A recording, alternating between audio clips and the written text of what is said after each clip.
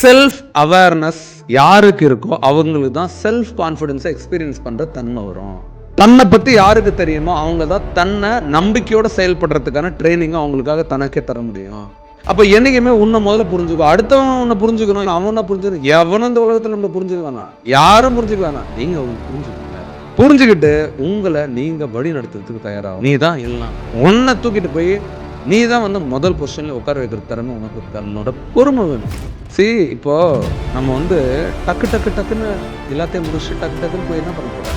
10 நிமிஷத்தை நீ 15 நிமிஷத்துக்கு கூட அப்புறம் கூட போ, ஆனால் அந்த இடத்துக்கு சேஃபாக போகணும். லைஃப் அப்படிதான். நீ எங்கே உன் லைஃப்பில் டெஸ்டினேஷன் நீ போனாலும் உன்கிட்ட பொறுமை இருந்துச்சுன்னா நீ வந்து நிறைய இழப்புகளை தவிர்த்து அந்த இடத்த உன்னால் அடைய முடியும். பொறுமை இல்லைன்னா நிச்சயமாக அடையிறதுக்கான வாய்ப்புகள் நிறைய இருக்கு, ஆனால் நிறைய இழந்துடுறீங்க.